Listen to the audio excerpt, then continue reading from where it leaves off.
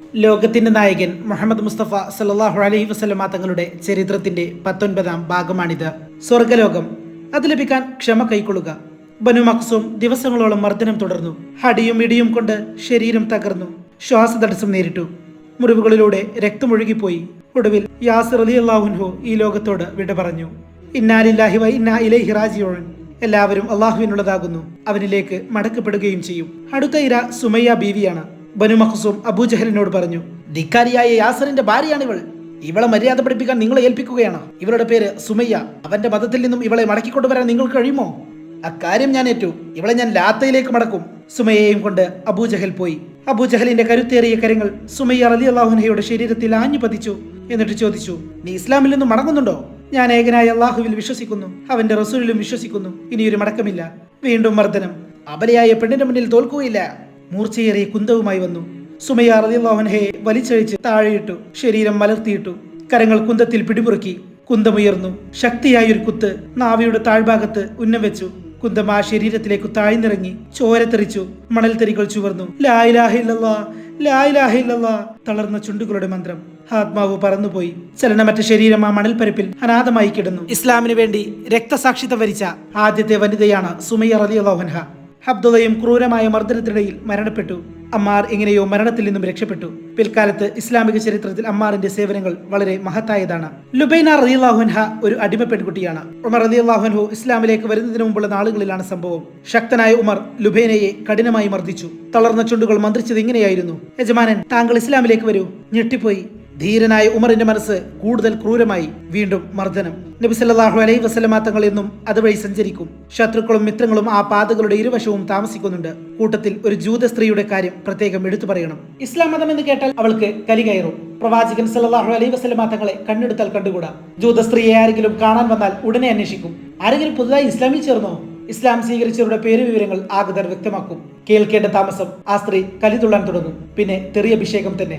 ഇസ്ലാം മതം സ്വീകരിച്ചവരെ തെറി വിളിക്കും. പൊളിച്ച ചീത്ത പറയും. സംസ്കാരമുള്ളവർക്ക് കേട്ടു നിൽക്കാനാവില്ല. കണ്ണുകൾ എപ്പോഴും വഴിയിൽ തന്നെ. പ്രവാചകൻ സല്ലല്ലാഹു അലൈഹി വസല്ലം അതുവഴി വരുന്നുണ്ടോ എന്ന് അന്വേഷിക്കുകയാണ്. മനസ്സിൽ പ്രവാചകൻ സല്ലല്ലാഹു അലൈഹി വസല്ലം തങ്ങളോടുള്ള വെറുപ്പും രോഷവും പതഞ്ഞു പോകുന്നു. നല്ല നല്ല മനുഷ്യരെ പ്രവാചകൻ സല്ലല്ലാഹു അലൈഹി വസല്ലം തങ്ങൾ വഴിതെറ്റുകയാണെന്നാണ് ജൂത സ്ത്രീ ആരോപിക്കുന്നത്. പ്രവാചകന്റെ വാക്കുകൾ ശ്രദ്ധിക്കാൻ തയ്യാറായില്ല. പറയുന്നത് മനസ്സിലാക്കാൻ ശ്രമിച്ചില്ല. വല്ലാത്തൊരു മർക്കടമുഷ്ടി. നോക്കി നിൽക്കെ ആ കാഴ്ച കണ്ടു. ഒരാൾ നടന്നു വരുന്നു. വിനയാനിതനായ ഒരാൾ.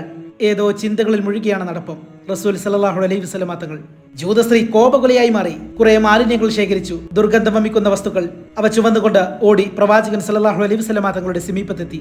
മലിന വസ്തുക്കൾ ആ ശരീരത്തിലേക്ക് എറിഞ്ഞു. ശരീരവും വസ്ത്രവും വൃത്തികേടായി. പ്രവാചകൻ സല്ലല്ലാഹു അലൈഹി വസല്ലം തങ്ങൾ ഒന്നും പറഞ്ഞില്ല. കോപം പ്രകടിപ്പിച്ചില്ല. ആ കുടില മനസ്കയെ ശപിച്ചില്ല. സാവധാനം ശരീരത്തിൽ നിന്നും വസ്ത്രത്തിൽ നിന്നും മാലിന്യങ്ങൾ തുടച്ചു കളഞ്ഞു. ഒന്നും സംഭവിക്കാത്തതുപോലെ മുന്നോട്ട് നടക്കാൻ തുടങ്ങുകയായിരുന്നു. അതുകൊണ്ട് ആ ജൂത സ്ത്രീയുടെ കോപം ഇരട്ടിച്ചു. ഇത്രയൊക്കെ ചെയ്തിട്ടും ഈ മനുഷ്യർ കോപം വരാത്തത് എന്താണ്? എന്നാൽ കോപം വരുമോ എന്നൊന്ന് നോക്കട്ടെ. ആ ജൂത സ്ത്രീ പ്രവാചകന്റെ ശരീരത്തിലേക്ക് തുപ്പി.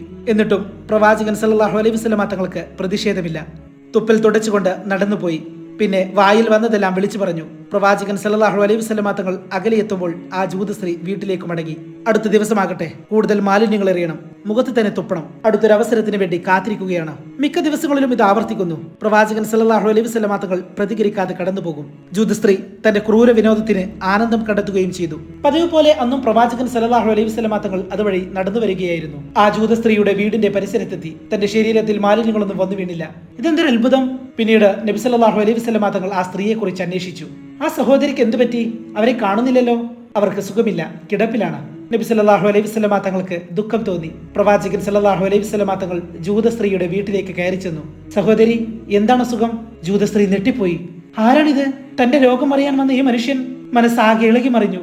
എന്തെല്ലാം ദ്രോഹങ്ങൾ ഞാൻ ചെയ്തു, എന്നിട്ടും തന്നെ വെറുത്തില്ല. സ്നേഹസമ്പന്നയായ ഒരു സഹോദരനായി തന്റെ മുന്നിൽ വന്നു നിൽക്കുന്നു. ഇതൊരു സാധാരണ മനുഷ്യനല്ല, ഇത് പ്രവാചകൻ സല്ലല്ലാഹു അലൈഹി വസല്ലം തങ്ങൾ തന്നെയാണ്. സംശയമില്ല. പിന്നെ പിടിച്ചു നിൽക്കാനായില്ല. ആ സഹോദരിയുടെ ചുണ്ടുകൾ മന്ത്രിച്ചു.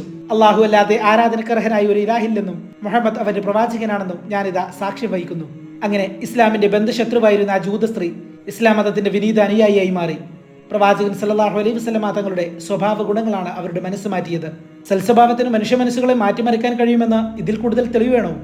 ഈ കഥയുടെ 20-ാം ഭാഗം അടുത്ത വീഡിയോ ആയി അപ്ലോഡ് ചെയ്യുന്നതായിരിക്കും.